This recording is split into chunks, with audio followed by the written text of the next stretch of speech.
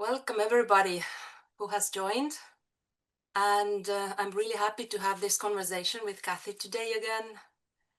And for these people who are joining for the first time, my name is Hele Aluste, and I live in Estonia, and I have worked as a psychologist in the field of equine assisted therapy for about 18 years, and in last 4 years I have deeply gone into Kathy's world of coaching with horses, and today it has become my main work. And of course, many of you know Kathy and her work, but for those who doesn't, Kathy is the founder of the Academy for Coaching with Horses. She's also an internationally published author. She has written 4 books and created 2 beautiful card decks. And she's also a speaker, an artist, and a strong advocate for wisdom and intelligence for horses. And that's the main reason I think we are here also. So last time we spoke about embodiment and presence and how this space creates transformations, the space that is co-created together with horses, and the transformation that happens when we realign and when we really shift in our energy, also energetically, emotionally, mentally, so like the whole holistic way. And we are going to speak about that today again. So today's theme is emotional awareness and how this can be a true doorway into authentic being. And we also are going to share the client stories, like real stories from our own sessions, just to illustrate the work. And as Kathy already mentioned, at the very beginning of the call, we really invite you to join more actively today. So after the conversation, you are really welcome to open the screens with your questions, and also you can put your question in the chat box. So we are planning to have the gathering today for about 75 minutes, like last time. But if something is not answered in your minds, so just let me know, and I will happily answer in written form while I'm sending the replay link. So with that said, welcome, Kathy. Thank you. Thank you. And thinking that maybe we want to remind everybody also that Johanna is also here with us today, because just as we shared on the last call, we want to provide these calls to help answer your questions, talk about the work, but also introduce both Hella and Johanna. And Johanna, why don't you come on the screen for just one moment? Both Hella and Johanna have been working with me for many years now, and this is their life's work also and their passion. And so both of them are stepping into providing the EFLC level 1 work. And we've created a beautiful hybrid model that really gives you a piece of me, because you'll have the online materials, but then also you get a live program, workshop, integration time with each of them. And so you get the 2-day integration, which we didn't have before. So more about that later. Today, we just want to be present with all of you and to be able to share our passion and share some of these stories. So before we kind of dive in and start to speak about these pieces, first want to let you know that Johanna's with us here for a while. And Johanna, you can stay on camera, off camera, whichever one you're most comfortable with. She's going to share some stories, but she also has to pop off at the top of the hour. So if she suddenly disappears, that's why, just so you all know. So before we get started today, let's everybody take a couple of minutes and take a couple of deep breaths. I was doing that as Hella was speaking. Taking a couple of deep breaths and maybe closing your eyes and bringing the energy of your herd, if you have horses, and if you don't, to bring the energy of horses themselves all around you, and to imagine that they're standing behind you and standing beside you. And maybe they're even circling in a nice walk or a trot or even a canter, but bringing all that beautiful horse wisdom, horse ancestor wisdom, the essence of horse, and all that we love about them, which is their energy and their openness and their unconditional presence. Bring all that energy into this moment as you breathe into that. And let's invite and allow for the wisdom of the horses to come through, really come through, as we are all trying to convey the depth and the beauty and the gloriousness of their spirit in this work. I mean, in any moment, but also within this body of work that I've been immersed in for 23 years now, and just can't ever leave it, because it is truly in a magnificent place to be. So, all right. So, Hella, how did you want to kick us off in speaking about the emotional intelligence and awareness? I was just wondering that before we dive into the stories, like client stories and actual sessions we have experienced, how about to share a little bit how this emotional awareness is important in this kind of work? And not only this work, the work is mainly because we need it in real life. So maybe you share some insights on that. Yeah, so let's talk about energy and emotions. And sorry, sometimes I get this thing in my ears. You know how you can hear yourself, but you don't think anybody else can hear you. Um, okay, I think it's gone. We'll see. If not, I'm gonna have to do another technique.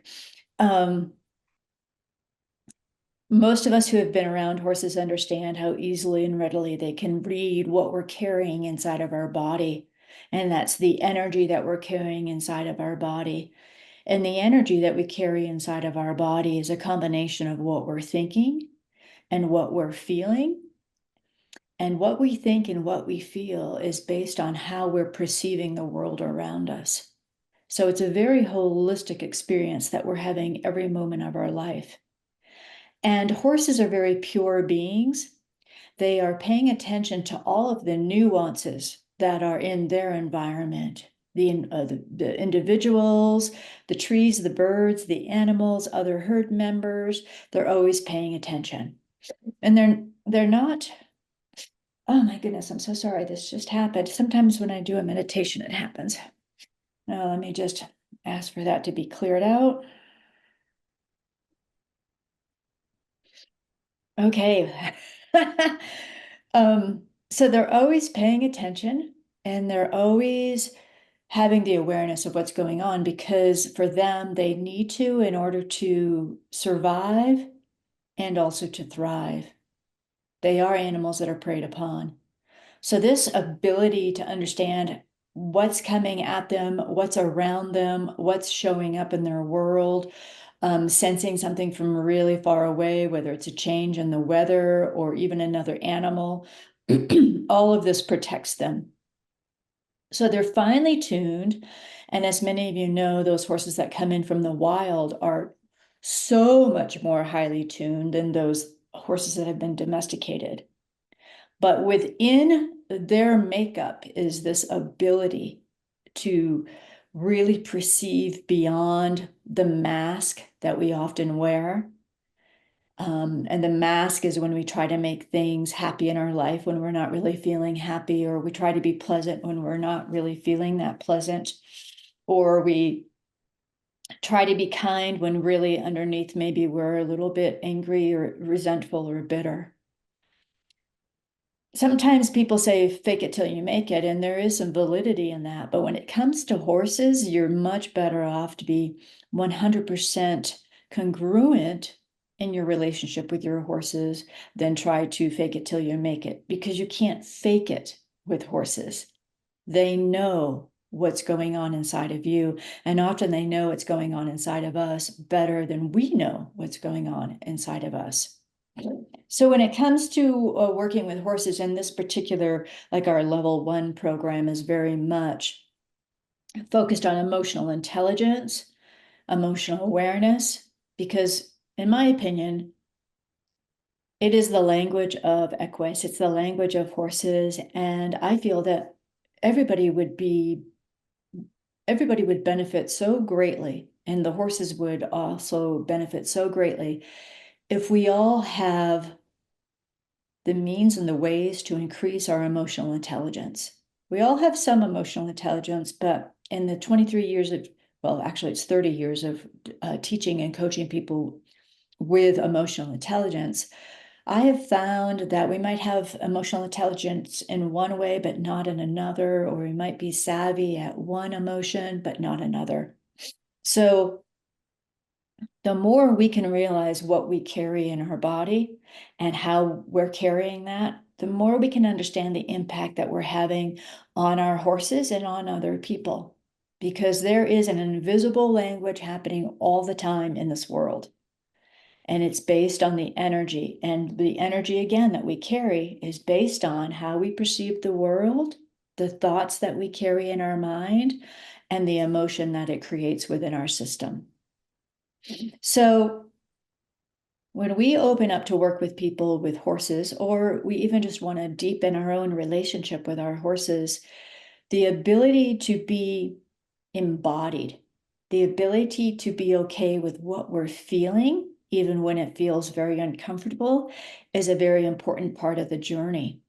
And when we're working with horses, as Hella and Johanna is going to share, when we're working with horses, when we guide people to come into their body and to be very horse-like, because again, horses are always in their body, they're always sensing, they're always paying attention to how they feel. When we can do that in the presence of a horse, what happens is that we start to create some congruency. And in the creating of that congruency, the horses respond to us differently. And it doesn't mean that congruency is we feel good. It means that we're more congruent about what we're feeling and then maybe even what's underneath what we're feeling. So hold on a second. This is quite bothersome when this happens. It's like when you go up an elevation and your ears clog. That's what happens. Okay, so when we start to create that as a facilitator with our clients, or even as a horse person with our horse, we're beginning to drop into the language of horses. We're beginning to connect with them in the way that they understand us, and in a way that we can understand them, but understand ourselves even better. So we're truly learning the way of the horse, which is an embodied presence that brings us the emotional awareness, but truly brings us the emotional integration. It's one thing to have the awareness. The awareness is the doorway. It is what invites us into a deeper understanding of ourselves and how we can make change for ourselves. The awareness helps us to see how we're affecting another, how a horse is responding to us. When we can be embodied with that awareness and we get to a place where we have choice, now we're getting into higher levels of integration and higher levels of consciousness, which is what this work is about.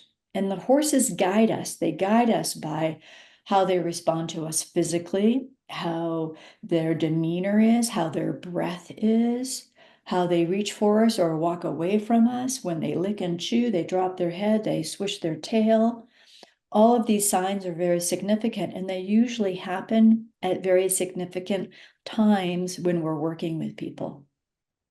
So the other piece about emotions that is both for humans and for horses is, if we consider that energy and emotion are the same thing, which they are, then for horses, they're feeling pure energy and they respond to that. The leader responds by being able to feel it, observe it, make choices. The high-strung younger ones or the high-strung Arab or thoroughbred might feel the energy, not have the capacity to be with it as much, and go into more of a reactive state. And those reactive states can be anything from flight, freeze, or fight. Okay. Essentially, the horses use the energy as information on how they want to respond to the environment. And they're going to respond according to their ability to process and hold and be with that energy. But they're always responding. For humans, we've learned to push away that intelligence. We've learned to disassociate from it, to push it below us, like just stuff it. I'm not going to feel anger. Anger's a bad thing. My mom told me nice girls don't feel anger, so I'm not going to. Or we project it onto other people. Well, I can't, now that I've pushed all this anger down, I'm not sure really what to do with it, so I'm going to start projecting it out into the world because I got to do something with that energy. So the horses, when we start to work with them and get embodied, which means we're slowing down our time, we're paying attention to our body, we're paying attention to our sensations, then we start to feel what we're holding in our body. And as we do that, the horse starts to respond to us. And we get to make choices at that time. And we also get to discover, is this an old emotional pattern that I learned in childhood because, my mother or my father or my teacher or my brother did X, Y, Z? Or is this pure information that's coming through now based on this situation? So understanding emotional intelligence and understanding how to embody it and understanding where it's taking you and what it's trying to express to you is a huge learning curve. And it's a huge learning curve in the level 1, and it's a huge gift. Like I've had clients come back and say, this is changing my life, but as I use the tools, even with my children, I'm helping them to understand themselves better. And it's very empowering because the place of your power is within yourself and your ability to be with whatever is arising and to be able to learn how to respond. It's not always pretty. It's not always nice. Sometimes it is. Sometimes it's amazing. But this piece about emotions with horses is, I think, critical. It is their language. And from that place, we can start to learn if we're showing up authentically. Is this really truly who I am? Or is this emotion and this behavior and these thoughts that I'm having, are these based on a learned behavior from my childhood, which we call the false self or false conditioning, false self? And am I functioning out of that reality? Or have I actually been able to identify it because the horses are teaching me when I go there, they have a particular response to me when I go into this false conditioned place. It's a place when our internal being is no longer harmonized. It's functioning out of fear. And when we function out of fear, and again, it can be a fear that you're not recognizing because it's so conditioned, but the horses are going to recognize it. And when we're functioning from that internal fear, I'm going to be rejected or I'm not good enough or whatever it might be. And so we have these behaviors to try to compensate or cover that up. The horses pick up on that mask and their body language and the way that they are with us changes. So in many ways, they are their own individual being, and they're responding to things in their environment, but we are one of those things in the environment. And so that's why it's become such common language for people to say horses are mirrors, because essentially they are, but essentially almost everything in your life is a mirror. Even the people around you are a mirror. That's how life works at a very higher understanding of the spiritual dynamics of our existence here on planet Earth. So, but horses, because they carry this beautiful, unconditional, lovely energy, it's so much easier for us to learn from a horse than maybe our spouse or our sibling or our boss or whoever it might be that we have history with. So that maybe gives you a little bit of an idea.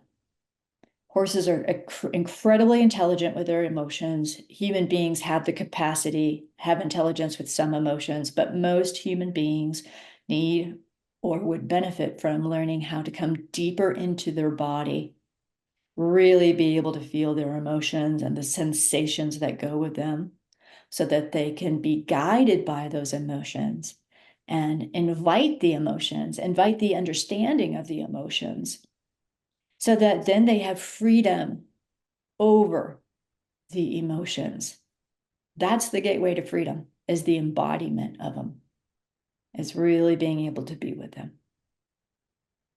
Okay, so Yeah. let's shift here for a second. Go ahead, Hella.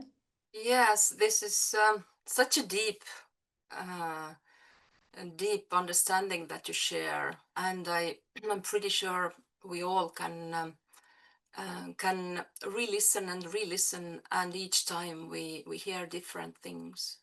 So not that I'm not aware of that, but I tremendously enjoy listening your speaking about it, and it really resonates in different focus points each time. So, and one thing that I'm hearing and realizing here, that we are working with the identity here, with people's identity somehow, because the identity can be rooted in fear and survival, and bringing that next to the horse, that is possibility for transformation for their identity level, not just thinking or just emotional things, but in as you said, it's like integrated, and energetically the shift happens in all levels. Oh, you're muted. Huh? Kathy, you are muted. Sorry, I was having a pretty good conversation there. So I was going to say, in a lot of my workshops, when I'd start to talk about authenticity, I'd always ask, after I talk about authenticity in a much more deeper level than we can here, I'd ask people, what percentage of your life do you feel that you're living that's authentic? And it was always surprising to me that people would say like 80%. But yet then as they would go through the year with me, they would realize, wow, it wasn't 80% at all. Like, so much of what we do in the world is conditioned, and it's not truly who we are. The most pure being that we were was really when we were about 6 years old. So that's why horses love kids so much, you guys. They love children because there is an innocence there. There's a purity there that they recognize. Yeah. So Hella or Johanna, or Johanna, do either of you have a story that you'd like to share that would demonstrate how a horse has helped somebody with their emotional intelligence or kind of break through this conditioning? Yeah, probably we both have, but would you like to start, Johanna? So Sure, I would love to. So I have been working with a woman who, she's in her 50s. She came to me, I will say, she came to me in her words, broken. She felt very broken. She had left her husband of 30 years who had been diagnosed as a covert narcissist. She had been her whole life struggling with her identity because she was adopted, didn't know who her mother, her parents were, having some and she didn't have the best, she felt she didn't have the best childhood from in her adopted home. And so she came with a lot of stuff, and she was pretty shut down. I shouldn't say shut down. There was a huge disconnect as we were working. There was a disconnect in her awareness. She was able to be aware of herself and others, but not together. So what I mean by that is when I was working with her outside of the round pen, the horse was in the round pen and we were standing outside. She was able to tell me what was going on within her body, feeling certain areas of her body and explaining sensations that she was experiencing there, but only when her eyes were closed. She could not do it looking at the horse, because then all of her awareness went to the horse and she no longer, in her words, I no longer exist. So there was so she wasn't really shut off. It was just a huge disconnect. And her entire life, she had kind of been so focused on other people. Her awareness was other oriented, not on herself. So that's kind of where she was coming in with this limited awareness of how she relates to the world, I guess, around her. When we, in the work in our session together, we started outside the round pen, and then I invited her to go into the round pen with the horse. And at this point, the horse was, you would never have known that there was a human and a horse in the round pen just by watching the horse. The horse was looking around, trying to find something it could eat. It was anywhere but with the human, basically ignoring the client. And so for me, and this is a horse that's I call her the people horse. She's very focused on people. So for her to be completely ignoring the client, I knew that there was a lot of false self stuff going on. So, and the client herself really didn't know what to do, because she wasn't being presented with a problem. She didn't know how to interact with the horse without a whole, you need to go in and fix this horse. You need to fix this situation. So she was kind of moving around the round pen aimlessly, not really knowing what to do. And so I asked her what was happening for her in her body, bringing it back to her body. And she explained that she was feeling a lot of sensations in her upper chest area, right about here. And so in my coaching questions, I had her explore the sensation she was feeling. It was in the center of her chest, more towards the center of her body. There was pulling sensations from the outside pulling in. It was a round sensation. There was heat there. It felt red. We were going, helping her explore the sensations of her body under that feeling there. And as she was doing that, I noticed that the horse, as she started to go into her body, the horse started paying attention to her, kind of stopped. She didn't move any closer, but she stopped what she was doing. I saw her eyes look at the client, and I saw her ears focus on the client a little bit, and her head came up off the ground a bit. And so I continued exploring those sensations with that client and helped her hold the energy that was there. And that was very difficult for her to do. It's not something that she has ever really allowed herself the time and the space to do, in holding the energy of what she was feeling. I asked if there was a message there for her. What was that part of her body? What were those sensations? What were they saying to her? And it took her a while. She closed her eyes. There were tears coming down her face, and she said, "I am broken." And the horse didn't move. I looked at the horse, and she just kind of stood there. I asked the client if that's true. Is it true that you are broken? And she thought for a moment, and she said, "I feel broken." And just that change of word, I feel broken. I am not broken. I feel broken. The horse lifted her head up and took steps towards the client. We explored. I asked her, when was the first time you ever experienced this? Go back the first moment that you remember feeling these sensations. And she went back to when she was 3 years old, in her home with her adopted mother. Little 3-year-old, she said, "I was having a bad day." And that was what she was feeling in her body. Those were the sensations that this little 3-year-old was feeling in her body. She said, "I was angry. I was angry and I was hurt." And we talked about that memory. I said, how did your mother respond? And she said, she sent me to my room. because good girls don't have, as you were saying, Kathy, good girls don't feel those things. Good girls don't feel anger. Good girls don't feel hurt. And so when I brought her back to that memory, I said, what do you want your mom to say? What does your mother say? What do you need her to say? And she said that I am seen and I am heard. And the minute she said those words, she broke down, and the horse stepped up into her space very respectfully, didn't bowl her over, didn't do any of those things. The horse stepped up, moved towards her, ears on her, eyes on her, and stood there with her.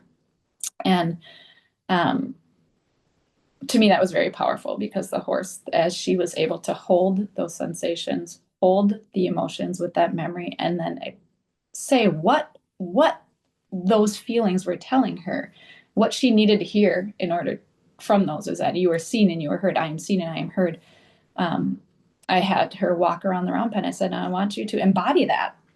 Don't just say you are seen and you're heard. In order to truly embody that, we're going to move. We're going to move your body. You're going to hold your shoulders back and bring it into your body. Bring that energy of I am seen and I am heard in this world and in my life. Bring that into your body. And so the client started walking around the round pen slowly at her own pace. And as she said, I am seen and I am heard, you could see her steps getting firmer and more confident.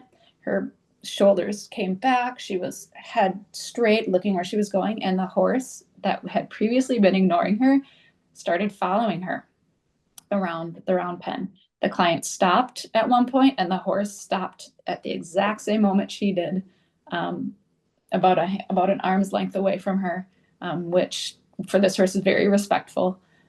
And so as a client had found that voice, that authentic voice for herself in that moment, I am seen and I am heard, just watching the horse reflect that to her, that yes, you are seen and you are heard, and I am with you now because you are with yourself now. So that was a very powerful experience. And I think the client said that had she not been allowed that time and the space to really acknowledge what was happening in her body, hold it and have the conversation with it about what are you and what do you need, so that you can transform into what I need for you to be, so that I can be my most authentic self, which is being seen and being heard. Had she not had that, she said this is something that she's never done before. She had never had that opportunity to do that. And having the horse there for her was so powerful, very transformative experience. So I'm going to interrupt you if you're okay with that. yeah. What an amazing, beautiful experience, and what a lovely high detail summary of such a profound session. Thank you for sharing that. And the skill level that is demonstrated here is pretty high. I want to express to everybody, as you're taking in this story, of course, Johanna's watching the horse the whole time and taking her cues off from the horse. And she described to you the different ways that the horse behaved or changed its behavior as the client also changed the energy within her body. And what I'm hearing, like in a nutshell, if I were to just kind of name it in the energetic terms, the client comes in, they're usually a little bit nervous because they know there's potential for change. Typically, what will come up is maybe not what they want to have healed, but what needs to be healed. And sometimes it can be really surprising. Like for this woman, she goes all the way back to being 3 years old. And it's interesting how the container with the horse and the space that we create to work with the horses can help for these things to come up and through. And so again, in a nutshell, the horse is in the round pen, but really not paying any attention to the client, because the client's kind of like in this process, and she's got this old memory coming up, and she's in fear, she's in contraction, she's in an emotional pattern that's not one of high contribution for the horse. And it's based in fear. And because horses have such a fine tuning for fear, when we go to those places, for this woman, when she was in that place, I can guarantee you that there was a chemistry that was being released in her body of fight, flight, or freeze, even at the most subtle level. And the horses are going to pick up on that because their sense of smell is so extraordinary. And of course, the horse is on the other side of the round pen. Doesn't really, like, I'm not that interested. There's just nothing there for me. It's not harmonious. There's no contribution. And there's an element of fear there. So I'm not going to move towards fear. Horses typically don't do that. And then Johanna expressed so eloquently how when that person was able to come into her own body and shift mentally and emotionally through what she was saying, through what she was feeling, and then actually walk with this new memory of herself. Really, I'm going to say an old activated memory of herself. Because when this happens, the person goes back to the realization of who they are more at that source level, at that authentic, pure level. So she activated the memory of herself in that moment and was able to walk into it, bring it into her body, speak it, posture. Like, this is a beautiful example of a very holistic session. And then she has this profound experience that lodges. So she went from like this awareness place all the way into the integration place, into now she has a new idea of who she can be and what it feels like in her body. And what happens to validate it is a 1,000+ pound being offering to follow her and be right with her, which is the exact opposite of what she started with. So that's really beautiful. That's a really terrific story. Thank you for sharing that, Johanna. Yeah. I'm sure it was a profound session to facilitate too. It was amazing. And because of all of that, she's nothing that she'd ever experienced before. She's coming back. We're having more sessions. So yeah. And it'll be interesting to see what's changing in her life because of this. Because what happens, everybody, is that we can go to a therapist and we can talk about it. We can talk about our behavior. And next time I need to say or do this. And it's all up here.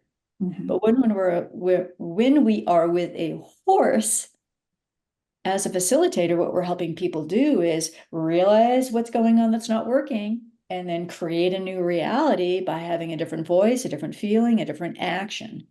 And that's lodging it in the body. It's giving a body a new memory, a new hookup in the nervous system to then go out and be different in the world.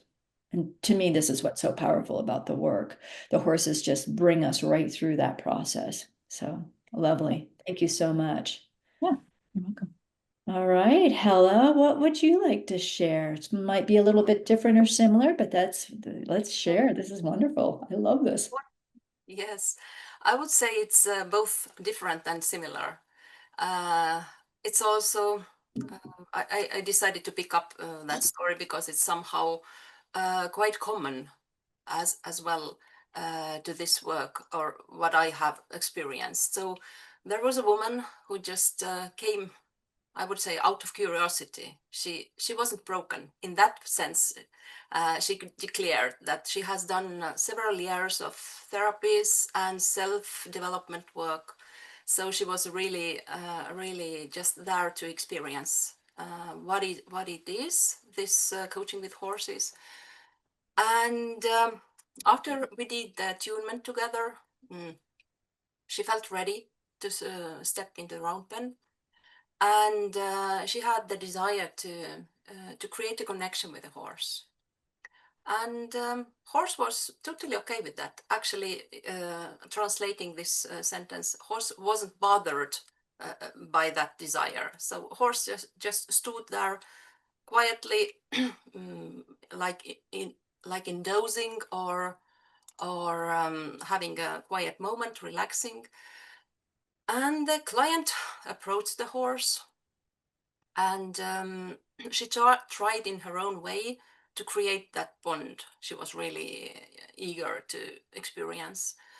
But what was interesting that after a while, she she stepped away from the horse, and she said that she felt a huge sadness coming from the horse. And she was so upset actually by that, that she suggested that maybe we should stop the session because the horse is not okay. And she felt unfair to work with a horse who is in such place. But I was standing there outside the round pen and seeing the horse just relaxing. Horse was having a soft eye contact with other horses who were also resting nearby. And I just asked that, whose sadness do you think it really is? And that made her to break into tears. And she admitted that it is actually her sadness. And she told me again that she has been working with all sort of stories and traumatic memories for years and talked a lot about it. But just standing next to the horse brought something up. Horse did physically nothing, just was standing there and activated something inside her. So pretty soon she was realizing that this sadness isn't actually horse's burden or something like that, but it was just her unhealed pain, and she was again willing to approach the horse, but this time she didn't go close. She was standing further away, and that's why I heard, because she really broke again into tears and whispered that, am I really allowed to feel these feelings? And she was like not saying it to me, but to herself. And as it also was revealed that as a child she was often being told, don't cry, go outside and be quiet, don't disturb us. And she just developed several strategies to work with that, to suppress them, to rationalize them, to solve them in several ways. And later, when she was allowing herself to feel that in a distance from a horse, she was just like melting into the true being of herself. The horse just turned and walked toward her and put the nose against the chest. So again, this space we are talking that happens in this work, the really deep space. Oh, it's when I'm thinking about it, my body is reacting again. So it is this pure unity. And all these strategies she had in her mind at first, that she will go and create the connection with the horse, like going next to the horse, petting or touching. It didn't work out this way. But she said that she would never have expected to have this kind of energetic connection. And they stood there for several minutes. And the voice she was able to take with authentic voice, she was able to take with her, I'm seen. Because the horse was standing there, nose next to the chest, and just holding this space to her. And yeah, this kind of things happen often. That's another beautiful story. Thank you so much, Hella, for sharing that. And I love the true difference that your client, maybe she couldn't articulate it this way, but she did experience that for years. She was doing this intellectual processing, trying to get to the other side of something. And then she has what, a 45-minute session with a horse in the round pen.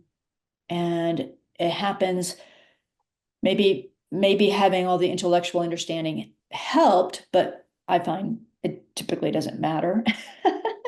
That it's the unwinding of the energetic pattern in the nervous system that happens with the horse when we get really present. And we, again, both of you guided them into their bodies. They got real with themselves in that moment. And then the horse was able to support them in making that significant internal change, right? That For her, it was, I'm hearing an element of release that was really important for her. And maybe the sadness that for all the different elements of that sadness, we can't name it for her, but sadness has, there's so many different ways that we experience that. So, yeah, beautiful. And has this woman come back to work with you? Yes, yes. As Johanna said, since they have the experience, they already get the sense and taste out of it. And also I think it's not something that you should do really often, because it takes time to like adjust in your nervous system. But then it's after a while, it's really good to go further. Yeah. Yeah, it's like anything, you know, if you want to go to the chiropractor every day, after a while, your body just shuts down trying to bring in any new information or anything new to process. You know, I remember the first session I got actually, it was about boundary setting. I'm not going to tell the whole story because the story is actually in my book, Hope. And it was the story of me working with Amigo, and the lady that worked with this horse before me got bit. And I was so scared of horses at that time. And then I had to go in with this horse, right? Anyways, it was this amazing experience that was life-changing for me. And I found the strength to set a boundary with this horse. I found the strength to say, no, you're not coming in. When all I really wanted to do was reach out and pet the horse. But I I knew I'd get bit if I did that. But in a nutshell, then so I set the boundary. I embodied the power to do that when I was never allowed to set boundaries as a child. Never allowed. So to do that, as I think at that time I was 30. The next day at the airport, the people I was traveling with, they were like nitpicky at the airport. And I was just like, no, you're not going to sit with me at this table unless you can stop bitching, basically. And I would never have done that. And they looked at me shocked and they said, oh, okay. And they sat down and they stopped complaining and bitching. So for me, in my session, I had this powerful experience where, again, it was a behavior. It was finding the power to do a different behavior. And then that horse in the round pen really respected my boundary. And ironically, like I was doing all my mind body method processes because the facilitator that was facilitating me wasn't doing anything with me. And I knew that I needed to do that to actually stay in my body and to be really congruent. So I was doing my own work in that session, you know, at 30, 32, because I've been doing the mind body method for so long. And so, and then at one point I walked away from the horse, and that horse not only followed me, but he put his nose to the ground and started to smell my footsteps, which I later found out from the trainer means that the horse is ready to learn from you. So, I'm not sure where that story came from. It was not on my docket over here to tell, but maybe I'm telling it because emotional intelligence can be about getting in touch with a painful memory from the past and the belief that we formed around it. And that horse helps us to actually unravel that, let it go, and embrace something else. And the horse can also help us with really powerful behaviors that have to do with our leadership. So we don't ever know what's going to show up in a session. And that for me was one of the reasons why I've always stayed with the work, is because I'm a high creative. I love change. I love things being different. And I've facilitated thousands and thousands of programs. And none of them, some of them have been similar, but they're always different. You got a different horse, a different person, a different day. And so there's no real set formula of what's going to happen. And as a facilitator, when you learn this work, you learn how to trust what the horse is showing you and how to ask questions around what the horse is showing you to guide that client into their experience, not even knowing what the experience is. Like, you don't get the privilege of knowing where you're going in this journey with the horses, in this particular, like, level 1 emotional intelligence journey.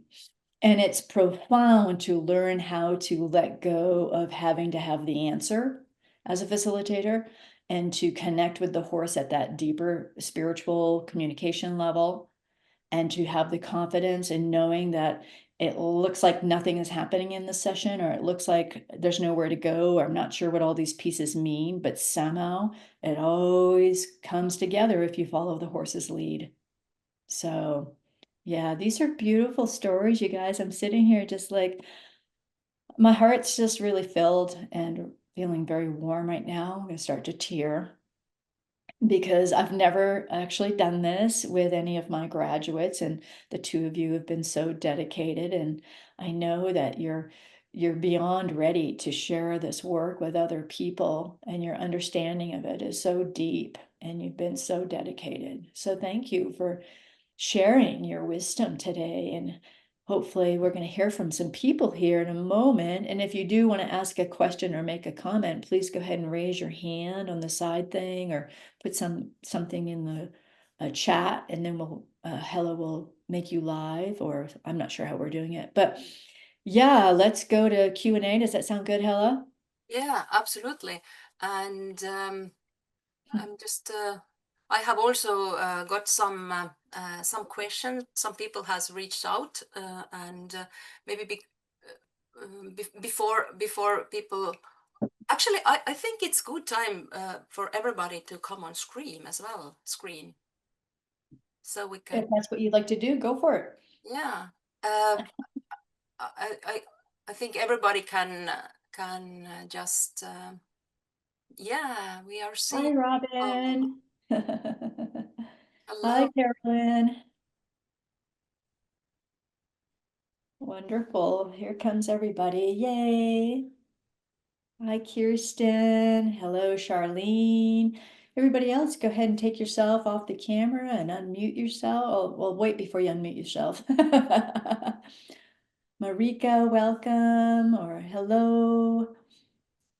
Oh, Charlotte Fino's here too. Charlotte, go ahead and take yourself onto the camera if you can. Hi, Charlotte. Charlotte was with us the other month for our special.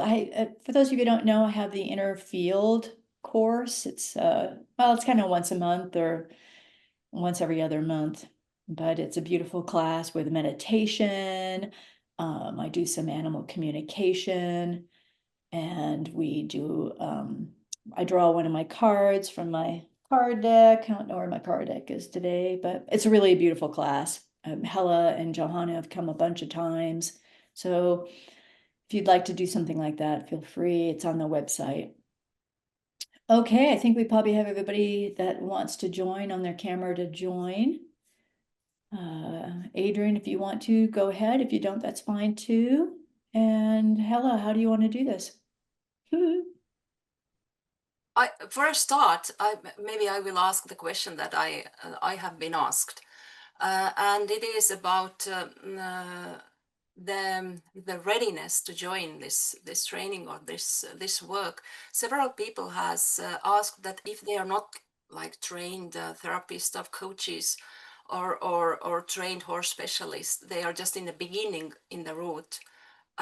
Would you suggest that kind of work, or do they need to have the special background already? I have had people from all walks of life come to work with me.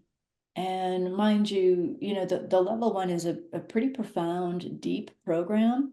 And what I tell people is, number one, most people have more experience than what maybe they think. I always find out what positions people have had in their life. I find that sometimes people are really strong in the communications, even if they weren't a therapist, but they have strong communication skills. Other people have really strong horse skills. There's very few people that have both. But any variation of that works because you learn so much within the program. And most people that are coming into the level 1, they're coming in because they want to change their relationship with their own horses. They want to do some of their own personal healing. They want to be able to help other people, and they want to explore this work and really have a better understanding of it.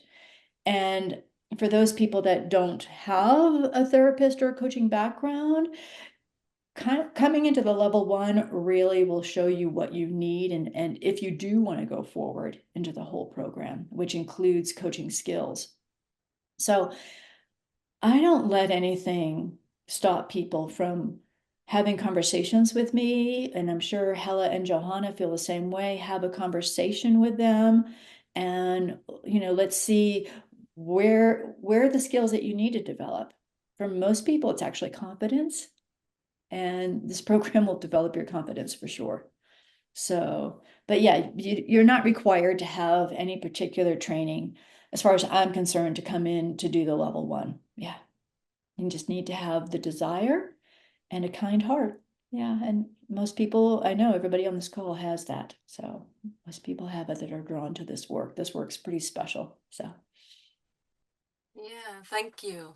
And I'm happy to open the microphone for anybody who is willing to share some insights or maybe to share some questions. So just speak up.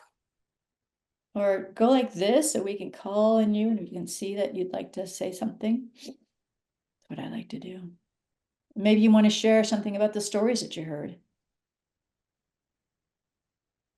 I know you guys are shy, but you can speak up. Or not. You'll have to, if you want to do the work, you're going to have to start speaking up. Which I know and maybe you don't have any questions. I don't know. Maybe you got a good sense of it. Okay, then let's do this. If you don't have a question, what did you appreciate? Oh, we got one little question down here. Hold on. It's in the chat box. Thank you, Charlotte. What is That the was me. time? Yeah, thank you. I can't read it. Hella, could you please read that? Absolutely. I can say it out since I wrote Perfect. it. So what would be the time commitment for this level 1 course? Like how much So, should we have to plan? yeah, that's a great question. It's a 10-week course, and I tell everybody to plan on having 6 or more hours per week to integrate what you're going to be learning. So it's not, it's not a superficial course, I'll tell you that straight up. And you're gonna want to have that time. And then when you start working with your clients, which is like week 4 and 5, you start to practice with other people.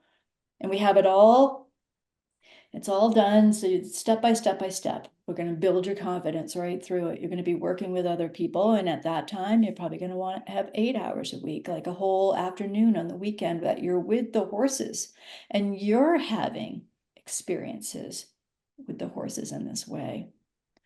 So in the beginning, there's quite a bit to read and integrate: client worksheets, theory, some charts, but we get you out there with the horses right away, doing this body-centered processes. So I would plan 6+ hours per week. It runs for 10 weeks. And then both of these ladies are going to do a workshop in the middle of those weeks, which is going to be a beautiful thing because you're going to be able to get with them and you're going to see firsthand what it looks like. I mean, we have videos in the program and you can see what it looks like, but it's different to see it live and to see several different ones. But you're also going to experience your own session. And Do you have dates for those midterm workshops, the 2-day? We'll send those out, but they're both starting around the 20. What date is your first module release, Hella? 22. And Johanna, I can't hear you. Also on the 22nd, September 22nd. Yeah. So you get your first module on the 22nd, and then the week after is when the calls start. And though every week you're going to get on the call with these gals and you're going to talk about, well, this is what I did and this is what happened. This is what the horse did. What do you think the horse was telling me? How do I handle this situation? How do I handle that situation? So they're going to guide you through all of it and build on what's shared on the membership area home study portion, which is very thick, there's a lot online. And then you get to have that online actually for a year so you can go back and review. So it's a beautiful model actually, because even during the week, you can watch a little bit every day and then you go out for the weekend and you integrate it. And we all know that the more we focus on something, even if it's 10 or 20 minutes a day, the more success that we have in the long run, because we're building the energy of that desire. We're building the energy of what we're creating. It can't help but get created. Yeah. Does that help, Charlotte? Did you have another question? Yeah, that helps. Thank you. You're welcome. I don't have another question right now. Okay. Anybody else? Let's have a few of you share. Oh, did I hear somebody? Yeah. Yep. I do have a question for all of you, Kathy, Hella, and Johanna, and the question really is how to speak better horse. And what I mean by that question is that my own experience is, I mean, it's limited, maybe not that limited. I used to ride horses when I was a child, and then there was a long gap, and now I've done it again for the past 3 years. And there's one horse with whom I have the best connection, and I try to do my best to educate myself and pay attention to her so that I could read the cues to make sure that she feels comfortable and she's, happy with me. But maybe there are some tips that all of you three could share that would help me be a better partner. And so are you talking about a partner as in riding and groundwork or in doing Everything. this type of work? Everything, because I do both riding and I also love doing groundwork. Okay, yeah. So Hella or Johanna, do you want to contribute to anything, or what might you like to contribute? We could start with Johanna because I remember you had to run away, or Run away. She has an important engagement with a farrier. She must I attend. do. I will say, so this is an interesting question. And I say that because, so I myself, I have a broodmare retirement sanctuary, a nonprofit broodmare retirement sanctuary. And I have when new horses come, I have to feel them out and figure them out and try to understand them. And the best way to do that, I just had a new one come in last night and I spent time with her. You know, the basic cues, when a horse is, when you know what pinning their ears means, when they look at, what the tail switch, the stop, those basic, those big things, those general things. But the little things that they may do, the quirks that they have that are unique to them, you don't pick those up unless you're paying attention and you're spending time with them. And so that's generally what I do. I just go out and I spend time and I make sure that I am fully present and fully aware, focusing on them. If a horse wags her head at something and I look around, okay, what is the context that she's doing this in? So I pay attention to, like I said, absolutely everything. What's going on with the horse, what's happening around the horse, who's around, who's doing what am I doing? And then just noticing, I guess. I don't know if that helps. I'm going to kind of build on what you said. I'm going to assume that you're doing that from a place of relaxation and curiosity based on, I got to understand, or I can't figure this out. Like that's a fear response. I'm hearing for you, it's like a ritual. It's like, oh, I'm going to go be with them, and maybe I'm doing some things or I'm mucking, but I'm in the moment, I'm breathing, I'm feeling the elements, and then I'm watching and noticing. Absolutely. And it's from a place of, like you said, curiosity and no judgment. No agenda, no judgment, simply being there with curiosity to notice. Beautiful. Thank you. Hella, how about for you? What comes in my mind first is presence over performance. Just being with them, feeling myself being there fully, and not having agenda that is focused straight on the horse without being aware what's happening inside me. So Great. it can be really like directed toward the horse, that I want him or her to do something, but am I congruent in myself at the same time? So am I believable or convincing enough or trustworthy? So spending Perfect. time. Mhm. Yeah. Perfect. And then I'd kind of build on what they've said. So no pressure time is a very valuable time to understand our horses. And for me, no pressure time is pretty much what Johanna was saying. Maybe she's moving around, she's with that horse, maybe she's hanging out, reading a book, maybe she's sitting, whatever she's doing, there's no pressure on the horse whatsoever. I also think watching our horse in herd dynamics is very, very valuable to understand how they express different things to the herd members. Tells us, do they escalate into anger quickly? Are they constantly having to set boundaries? Are they constantly intruding other horses' space? It helps us to understand them. So then when we're working with them, we can pick up on those cues sooner. And then also there's a really powerful tool is to always use the breath and to be really aware of the quality of our breath and to enter into the relationship with the horse only after we have really paid our attention to the breath, but also done our own body scanning, which we teach in the program, and become body scanning to the level of sensations so that we're really coming into that relationship in a really congruent manner.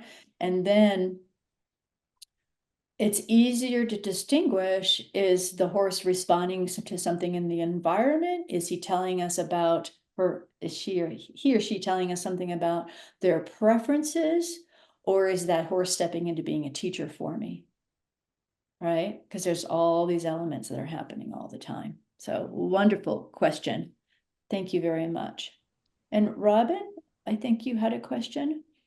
No, I just wanted to add to that when I started doing the work, my horses, as you do the practice and do more sessions, my horses gave me, there was consistent cues that I'd never seen before. So for example, if I'm doing a group session, Milo will go directly to the person who's the most afraid or who's not admitting that they're not afraid.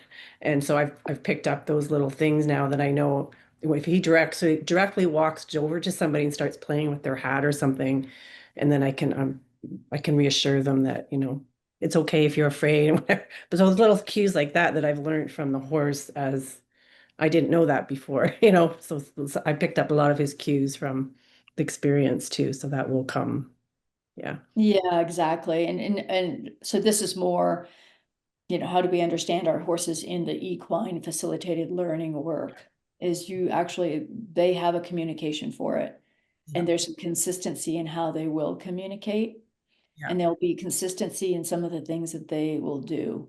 Like my horse Diva would definitely move in and challenge boundaries with people, but my horse Moon would never do that, ever. And just little nuances. Moon used to do a lot of licking and chewing and the flushments. Like when people were really starting to move some energy, he's very, very expressive. Where my Mustang Corazon wasn't as expressive, but I could tell by what was going on in his eye, what was happening in the energy of the client and him. So yeah. So this is about really deepening into understanding your horses in a very holistic way, just as you become more understanding of yourself in that holistic way. You can start to understand what your horses are thinking, and you'll start to see when your horse is saying, no, I got this. You go away, I got this. Or they're Mhm. looking at you like, time for your question. And you might even hear that question in your mind that you're going to ask the client next. So it becomes this really co-creative, they're your partners in this work. It's very deep. Totally. Yeah. Okay. Thank you Anybody all else? very much. Yeah, you're welcome. Thank you for asking the question. And I really like that question. Anybody else have a question? Go like this if you would, please, so we can see. Okay, so let me tell you what's going to happen now. These gals are starting their programs pretty quickly, and I'm going to encourage you, if you're interested in coming into this work, these two ladies are going to be perfect for you. If you're in Europe, Hella's in Europe, and then of course in the United States, Johanna's in Wisconsin. And again, you'll have the 10 weeks of recordings, modules that I've created 3 years ago during COVID, and you'll have access to those for a year. So it's a very highly integrated program. By the end of the program, you're actually going to be facilitating people through a whole session, just like what you heard from Hella and Johanna. You might not have that level that they've demonstrated, but you're going to get people through the whole session, and then you're going to start to go deeper into understanding how to really what kind of questions, how do I really link these pieces together, how do I get them from an awareness into an integration. And it's really fascinating and very powerful. You're going to learn a ton. It's going to change your way of being in the world. You're going to probably have some of your own process. Your horses are going to look at you differently, and they're going to come over and put their heads on your heart, because they're going to say thank you for seeing us for the teachers that we truly are. So with that said, let's go around the virtual room real quickly. Everybody go ahead and unmute, and let's have you share just one sentence of appreciation that you'd like to express to both Hella and Johanna for the stories that they shared, and for the collective energy that we've had here today in regards to honoring and celebrating horse. So Carolyn, could I start with you, please? Sure, Kathy. Thank you to the three of you, to Hella and to Johanna and to you, Kathy, for sharing from the heart these really warm and important experiences with horses. Thank you. You're welcome. Who else? One sentence that you'd like to express for appreciation or whatever it might be, something about the horses. Marika, would you like to say something? Yeah, I want to say thank you, and I want to say that I feel inspired, and I'm definitely going to write some things down. Beautiful, wonderful. Who else? Maybe there's a nugget that you got today that you're gonna make sure to use in the future. Robin, you want to share? Then I'm going to go Sure. to Delia. Yeah, I'd like to say thank you for the authenticity and for sharing those vulnerable client sessions. And it always hits home to me to be detached from the outcome. That was the hardest thing for me too, because I just want to fix everybody. So it just keeps reminding me those, like that one lady didn't even know why she was there. So just to be able to be open to that. And that's, I always keep that in the back of my head before I even get in the round pen, that I have to be completely neutral and that the horse will lead every time. Beautiful. Beautiful. Thank you. Sevilla. Then I'll go to Charlene. Yeah, hello everyone. Thank you so much. Actually, it's first time that I am introduced, but I'm from Turkey, by the way. I really felt like home here, even I don't know you. I felt like all the horses are around us. Like I am currently practicing like equine assisted psychological counseling in Turkey. So it was so nice to hearing those stories and making those connections with my with my horse. So thank you so much for your presence and sharing those stories. I took lots of notes and inspiration too. Yeah, Good. thank you. Excellent. Thank you. Charlene. Yeah, thank you everybody. That was really lovely. I'm in New Zealand, and I've got a herd of I don't know, 11, soon to be 12 Kaimanawa horses, which are our wild horses, been running wild for over 100 years in New Zealand.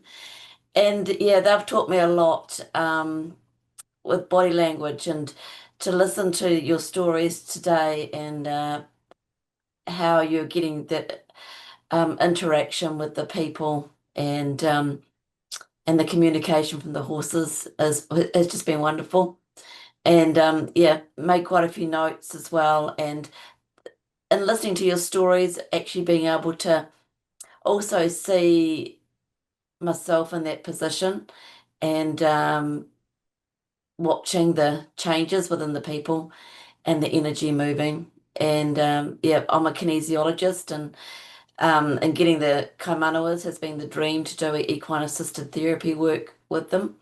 And what the work that you have started to explain links perfectly back to how I've been trained in the last 20 years in the kinesiology. So it's been able to integrate the two systems and yeah, bring them all together. So yeah, Beautiful. I'd Thank like you. to know more. Mm. Yeah. Thank you very much. Okay, very good. I'm just noticing the time. I'm going to be respectful of everybody's time. So if we'll get 3 more people. You can just share just a sentence about what you're taking away from the call, or something of appreciation. Kirsten, can you go next, please? Delarue. And then I'm going to go to Cassia, and Yeah. then to Charlotte. Yeah, hi.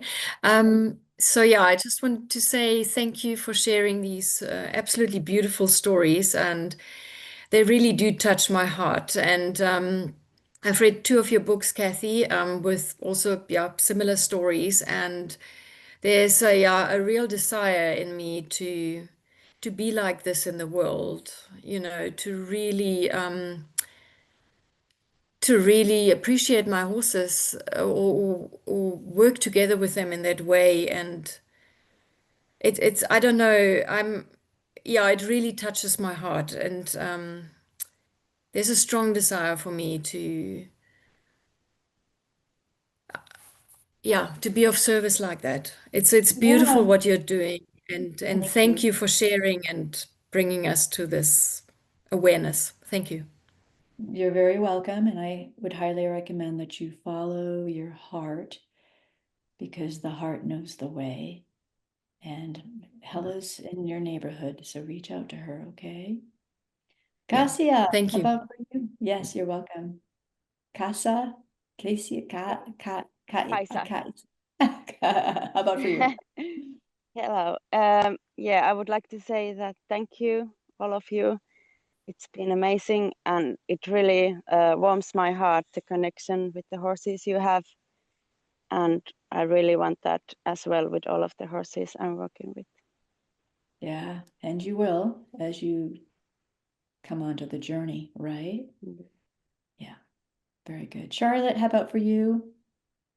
I've really enjoyed these 2 calls, and hearing more about the equine assisted learning and coaching, and the depth that Joanna and Helly shared today of interactions. That was really inspirational. Thank you. You're welcome. You're welcome. And we have one that's in the chat box. Thank you to everyone, in an abundance of gratitude for all that has been shared. I'm sorry I was not able to unmute or come onto the camera. She's probably at work or something. So that's from Adrian. Hello, last words from you? Yes, gratitude and appreciation toward all of you, because you helped to create this. It was, again, co-creating here. So thank you, Kathy. Thank you, Johanna, and thank you, everybody who shared, because actually this sharing part is really lightening up for everybody. It's not just for us, but everybody can feel the energy that you are sharing here. So Great. And I'd like to say also thank you to everybody for our collective meeting and sharing of our passion for horses. I hope you gleaned a few things that you can now carry out to your horses and consider and apply. And I hope that you go to the horses and you see them a little differently, and you look a little more deeply into their eye and ask them, what is the wisdom that they have to share with you? And I would encourage you that if you are feeling this calling, to step into the calling, to trust the calling, even if you don't know where it's going to take you. These things that we feel in our heart that pull us, that call us, that is a resonance. It's a resonance that's connecting to the deeper, authentic part of you that wants to bloom and wants to come forth even more. And as you learn this way with horses, it happens, and everything changes in a very profound way in your relationship with your horses. So may the horse be with you. I hope that we hear from you, and thank you all so much for being here. Bye now. Bye. Thank you, everybody. Thanks, Hella, for doing this. Bye, everybody.